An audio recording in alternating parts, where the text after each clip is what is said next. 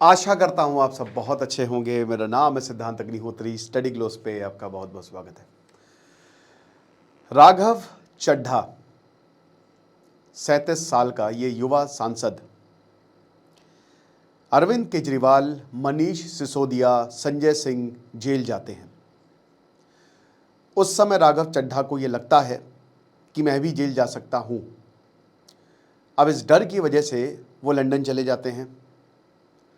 उसके बाद वो पीएम मोदी और अमित शाह के खिलाफ कभी नहीं बोलते।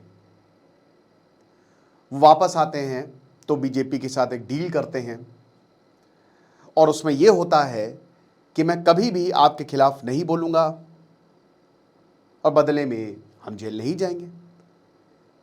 उसमें एक बॉलीवुड स्टार शामिल होता है, उस डील में एक इंडस्ट्रियलिस्ट शामिल होता है।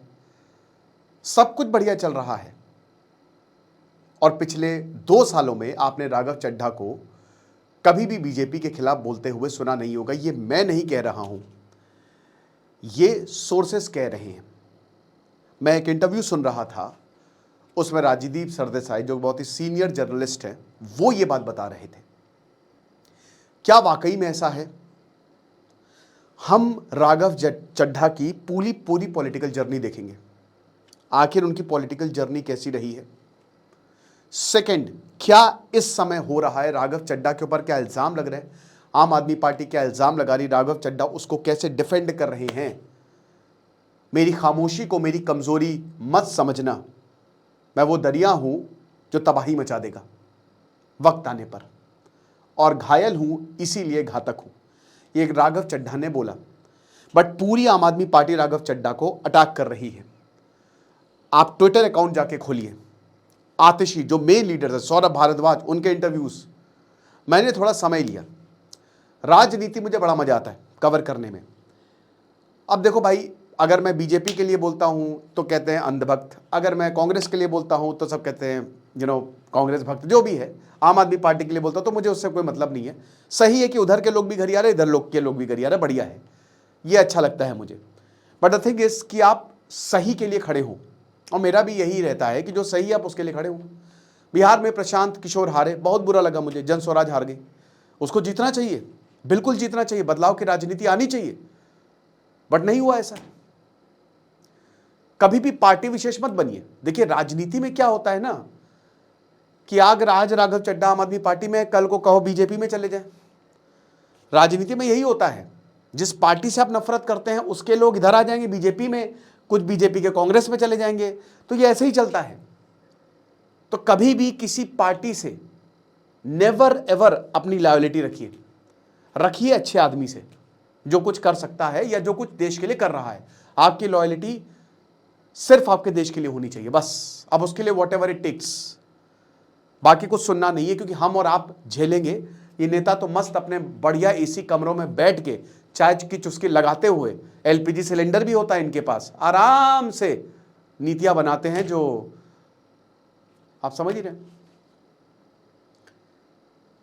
तो ये दूसरा हम देखेंगे कि इशू क्या है। और तीसरा, राघव चड्ढा की पॉलिटिक्स क्या है भाई, क्या उनको सीएम बनाया जाएगा?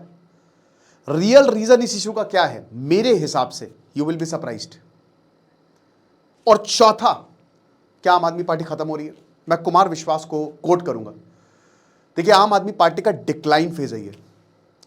हम नहीं चाहते थे कि आम आदमी पार्टी, मुझे आज भी याद है, अब तो मैं भी अन्ना तू भी अन्ना, अब तो सारा देश है अन्ना।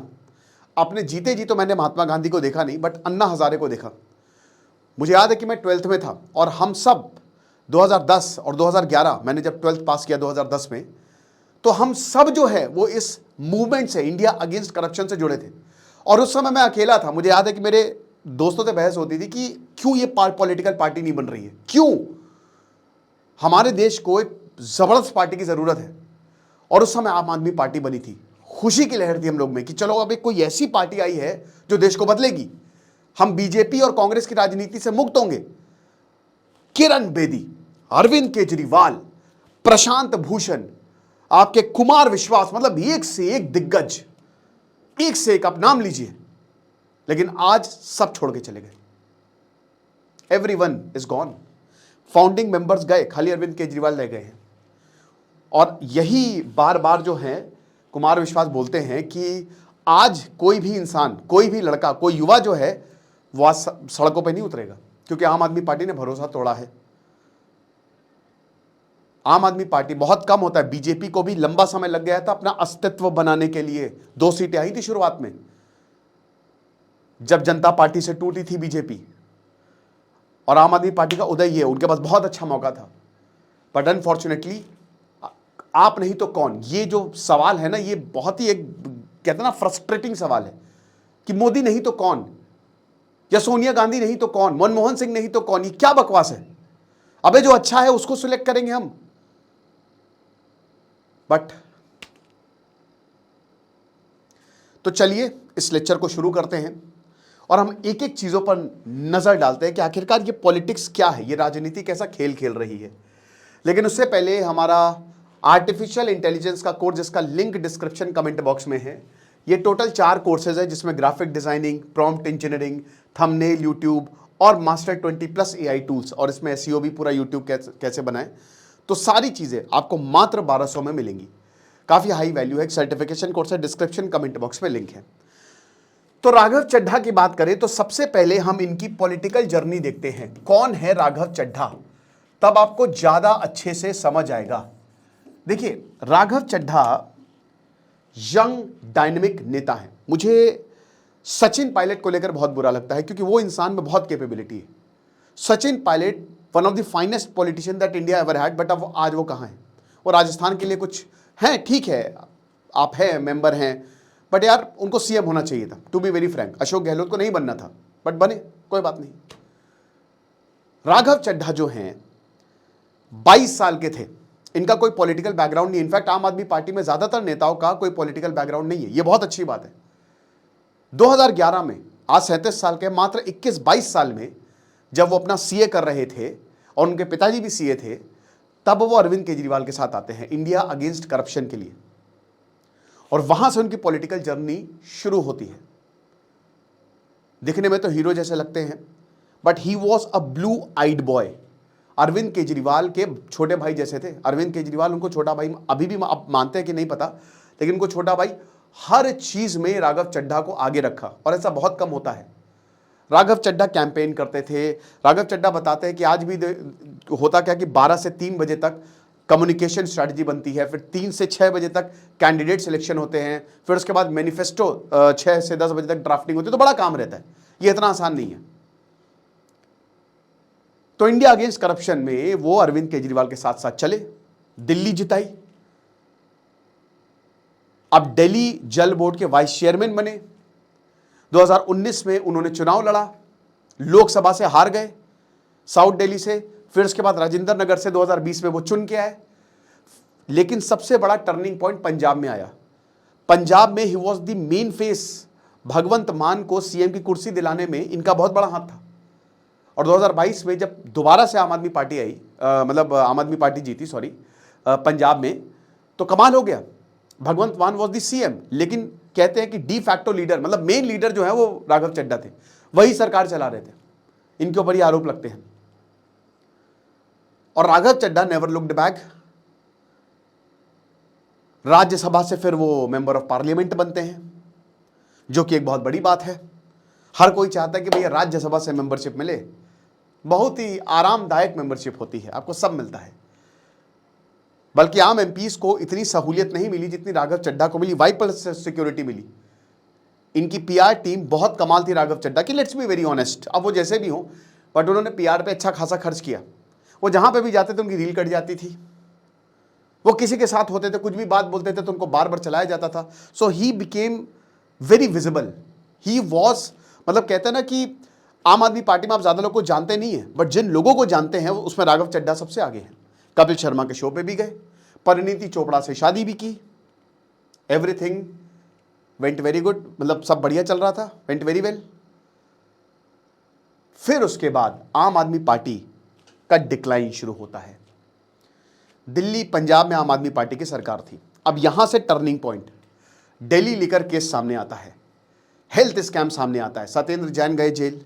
लेकिन लिकर केस में अरविंद केजरीवाल के ऊपर गाज गिरी। मनीष सिसोदिया जेल गए, संजय सिंह जेल गए। अच्छा, 10 मेंबर हैं अभी आम आदमी पार्टी के राज्यसभा में, ठीक है। Sanjay Singh was the leader. अब संजय सिंह जेल और राघव चड्ढा को डेप्यूटी लीडर बनाया, बट संजय सिंह चले गए तो डेप्यूटी, अब फिर लीडर पोजीशन किसके आ गई? राघव चड्ढा के पास। और उसके बाद अरविंद केजरीवाल भी जेल गए। यहां से राजदीप सरदेसाई ये बताते हैं कि प्रॉब्लम शुरू हुई और राघव चड्ढा डरे कि कहीं मैं जेल ना चला जाऊं, तो वो लंदन चले गए। अब वो कहते हैं कि आंख को मैं दिखाने गया था, तो अब वहां पे वो थे, यहां पे अरविंद केजरीवाल जेल में। लेकिन राघव चड्ढा कहते हैं कि मैं तो जब आया तो मैं तो सबसे पहले चुनिंदा लोगों के साथ, जिन चुनिंदा लोगों को अरविंद केजरीवाल से मिलने दिया गया, उसमें राघव चड्ढा सबसे पहले थे। और राघव चड्ढा ने बार बार सोशल मीडिया पे अरविंद केजरीवाल के लिए लिखा है कि वो एक डायबिटिक पेशेंट्स है, उनको इंसुलिन की जरूरत है, आप क्या कर रहे हैं, समझ रहे हैं। सो इस तरीके की बातें हुई। 2024 आता है, 2024 आता है, राघव चड्ढा पार्लियामेंट में बोलते हैं। अब मेन इशू यहां पे है। सो मेन रियल रीजन क्या है? यही मतलब जो इशू है, जो क्या हो रहा है इस समय, ये जो बोलने का प्रकरण है। राघव चड्ढा ने 3 मुद्दे उठाए मेन। एयरपोर्ट में बहुत खाना महंगा मिलता है, ब्लिंकिट स्विगी वाला मुद्दा कि गिग वर्कर्स में 10-5 मिनट की डिलीवरी, टेलीकॉम वाला मुद्दा, पैटर्निटी लीव वाला मुद्दा, ये मुद्दे उठाए। अरविंद केजरीवाल है नहीं, और इसी दौरान बताते हैं कि इन्होंने बीजेपी के साथ एक डील भी साइन की कि आपको जेल नहीं भेजा जाएगा। अच्छा, राघव चड्ढा को जो मैंने इंटरव्यू उनके देखे हैं, वो अरुण जेटली को बहुत मानते हैं। वो अरुण जेटली की काफ़ी तारीफ करते हैं, बोला कि वो मुझे एक बेटा समान समझते थे और उनको लगता था कि मेरे अंदर काफ़ी पोटेंशियल है। लेकिन पिछले 2 सालों में इनफैक्ट सौरभ भारद्वाज ने तो ये तक आरोप लगा दिया है कि ये कॉम्प्रोमाइज हो चुके हैं। इन्होंने एक बार भी बीजेपी का नाम नहीं लिया और इन्होंने जो मोदी और अमित शाह के खिलाफ ट्वीट थी वो भी हटा दिए सोशल मीडिया से। क्लीनिंग कैंपेन इन्होंने पूरी की।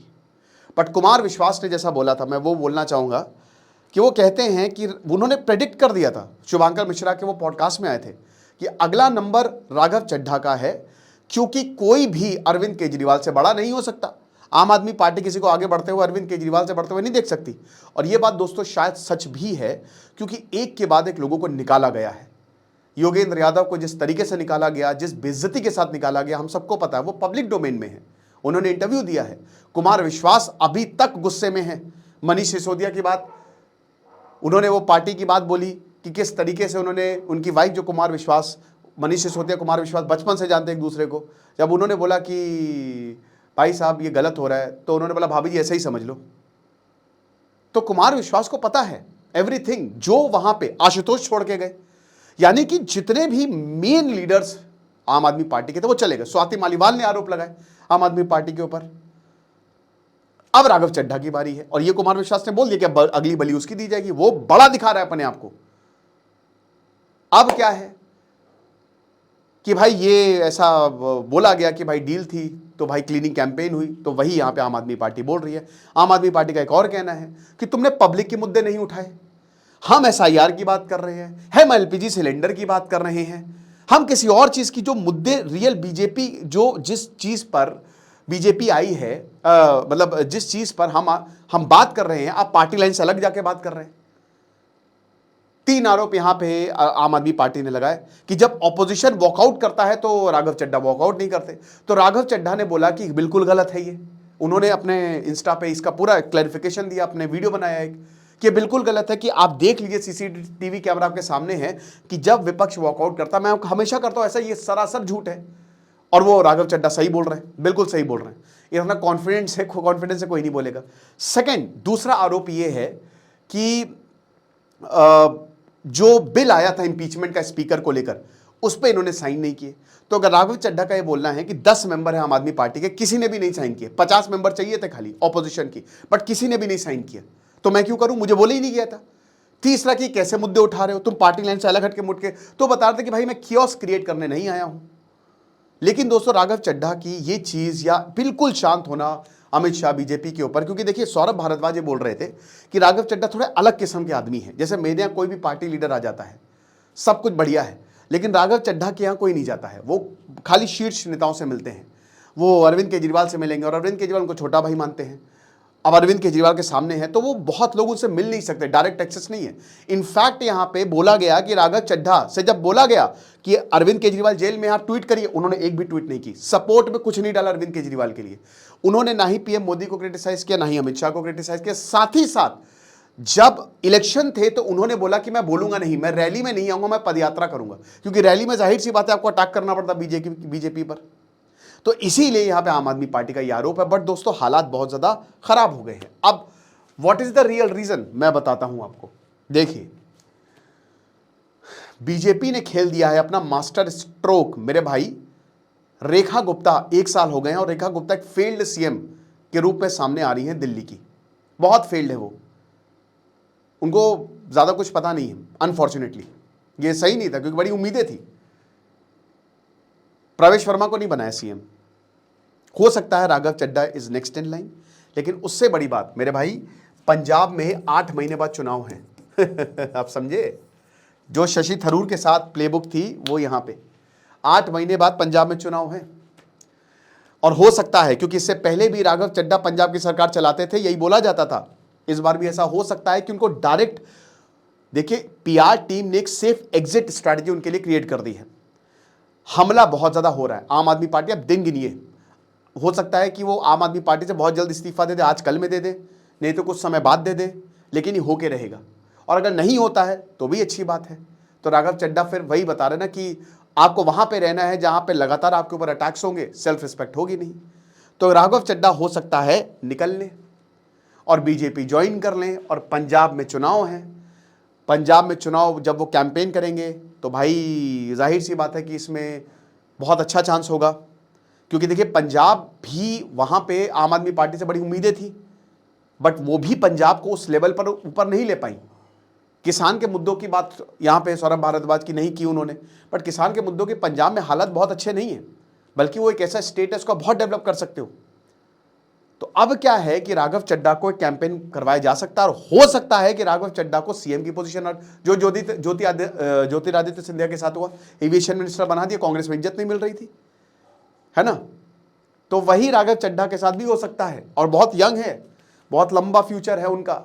अब राघव चड्ढा बोल रहे हैं कि ये सब अफवाह है, मैं किसी भी पार्टी के साथ नहीं जाऊंगा। बट राघव चड्ढा या तो दिल्ली के सीएम बन सकते हैं, या फिर पंजाब के सीएम बन सकते हैं, या एक चेहरा, ठीक है, एक फेस। और अगर ऐसा होता है तो फिर वही सवाल कि आम आदमी पार्टी का क्या हो रहा है उनके साथ। भाई आम आदमी पार्टी, अभी देखिए दिल्ली में चुनाव है 4 साल दूर, बाकी देशों में चुनाव अभी आम आदमी पार्टी नहीं जीत सकती, वो हमने देख लिया। हर जगह उन्होंने चुनाव लड़े, बहुत बहुत अच्छा उनको रिजल्ट नहीं मिला। पंजाब आखिरी द लास्ट बेस्टियन, और अब ये किला अगर टूटा तो फिर आम आदमी पार्टी का होगा क्या। मुझे ऐसा लगता है, अकॉर्डिंग टू मी, कि राघव चड्ढा एक एसेट है आम आदमी पार्टी के लिए, और कुछ भी करके आप इनको बचाइए, कुछ भी करके आप इनसे बात करिए, बातचीत से सारे मसले हल हो जाते हैं। क्योंकि अगर आप ऐसे ही अटैक करते रहेंगे, क्योंकि आतिशी हैं, सौरभ भारद्वाज, हर कोई उनके ऊपर ऑल आउट अटैक कर रहा है, यानी कि एक सीधा सीधा क्लियर है कि राघव चड्ढा खुद ही इस्तीफा दे दे पार्टी से। भाई जाहिर सी बात है, एमपी तो रहेंगे ही रहेंगे, है ना, सबने पढ़ी है एम लक्ष्मीकांत, एमपी तो मेंबर ऑफ पार्लियामेंट तो रहेंगे, वो थोड़ी ना हटेगा राज्यसभा के। लेकिन पार्टी के मेंबर आप रहेंगे कि नहीं रहेंगे, बहुत बड़ी बात है। तो वही बता रहे हैं कि भाई इनको आप बचाइए, वरना आम आदमी पार्टी का फ्यूचर खतरे में है। हालांकि पॉलिटिक्स में ये होता रहता है, उतार चढ़ाव, बट स्ट्रैटेजी यहां पे आम आदमी पार्टी की बहुत गलत है। उनको अपने, क्योंकि आपके पास खजाना था और वो खजाना एक एक करके खाली हो रहा है, और आपकी वजह से खाली हो रहा है। आपके पास एक एक शानदार लीडर्स थे। अरविंद केजरीवाल, वो पूरा केस झूठा था, आपको पता है, वो पूरा का पूरा केस यहां पे कोर्ट ने बोल दिया, ईडी को इतनी फटकार लगाई कि तुमने ट्रायल भी शुरू नहीं किया, कोई भी सबूत नहीं है, और सबको बरी किया। अरविंद केजरीवाल रोने लगे, लेकिन उसके बाद सब शांति हो गई। क्योंकि हम ये भी कह सकते हैं ना कि भाई अरविंद केजरीवाल ने नरेंद्र मोदी और अमित, उन्होंने भी टारगेट नहीं किया अरविंद केजरीवाल ने नरेंद्र मोदी, तो क्या हम ये भी कह सकते हैं कि अरविंद केजरीवाल की कोई डील है? वो भी तो चुप हैं। तो भाई बेस्ट यही होगा कि इनको बचाएं और अपनी पार्टी को भी बचाएं, क्योंकि भारत में अल्टरनेटिव्स की बहुत ज्यादा जरूरत है, बड़ा दिक्कत हो सकती है। बाकी आपको क्या लगता है आप मुझे कमेंट बॉक्स में बताइएगा। तो पूरा इशू मैंने आपको समझा दिया। खुश रहिए, पढ़ते रहिए। जैसे सिद्धांत अग्निहोत्री, साइनिंग ऑफ।